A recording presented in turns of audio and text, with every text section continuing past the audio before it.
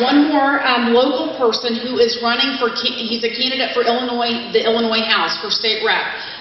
You know, one of the great things about this movement is people have risen up who've never been involved in politics, never run for office, and that's what we need. We need more citizen legislators. So I am proud and honored to bring up now a Rock Island resident who is a fireman and a paramedic, so he's one of our first responders.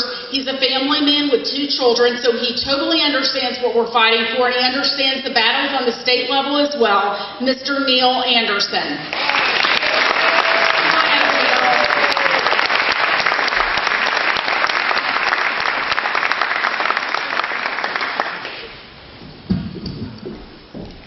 Thank you very much for having me.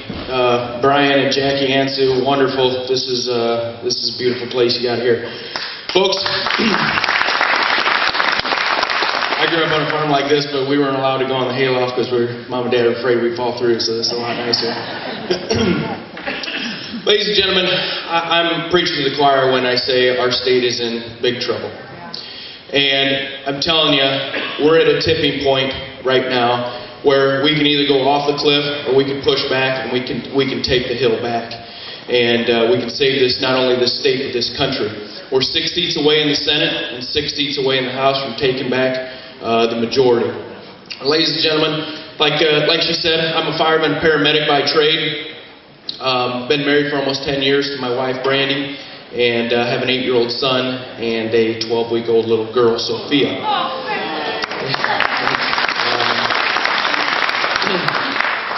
Folks, every one of these candidates has a reason why they're doing this. And mine is, I got tired. My wife and I were coming home from church one day and something hit me in the stomach and it said, Neil, it's time to get the fight, it's time to do something. Well, I immediately started thinking about the military. I was this close to signing up with the United States Marine Corps about 2.5 years ago. I came home like a good husband. I said, honey, this is what I think I need to do. This is kind of what's gnawing at me. And she said, you know what, if that's what you need to do, then you need to do it. But she said, there's a fight right here. And she said, why don't you try to fight here? Why don't you get into politics and try to make a change here at home? So we prayed about it for a long time, and that's what we did. And it wasn't until just about 12 weeks ago that it really solidified why I'm doing this. And I want to tell you this story really quick, and then I'm going to get out of here because I know you're tired of sitting. 12 weeks ago, my daughter was born. And 12 weeks ago, just shortly after she was born, I got to hold her in my arms for the first time, and I had to have a thought that no good American should ever have to have. And that thought was, what is this little girl going to have? And what have we allowed our government to become?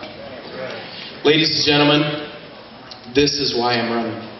Because I am unwilling to 10, 20 years down the road, look my little girl and my son in the eye and say, I'm sorry, but Daddy didn't have the courage to stand up for what he thought was right. Daddy didn't have the character to try to make a difference for you. That is what I'm unwilling to do. Folks, if we don't take action now, our country will never be the same. If we don't take action now, our children and grandchildren are one huge step closer to being nothing more than indentured servants. I'm telling you right now, if you're not willing to stand up and fight for the principles and values that made this country great, then you're complicit. It's your fault. Everyone here, it's your fault.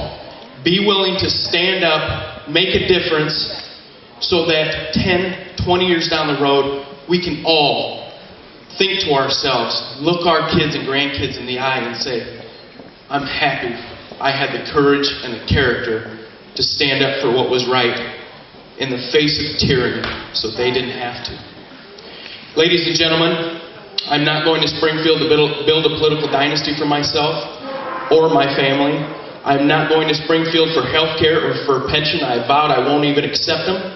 Ladies and gentlemen, I am not going to Springfield to swear allegiance to any party or any political power. So I have already sworn allegiance to my God and my country. Thank you, ladies and gentlemen. Make sure you get out in November.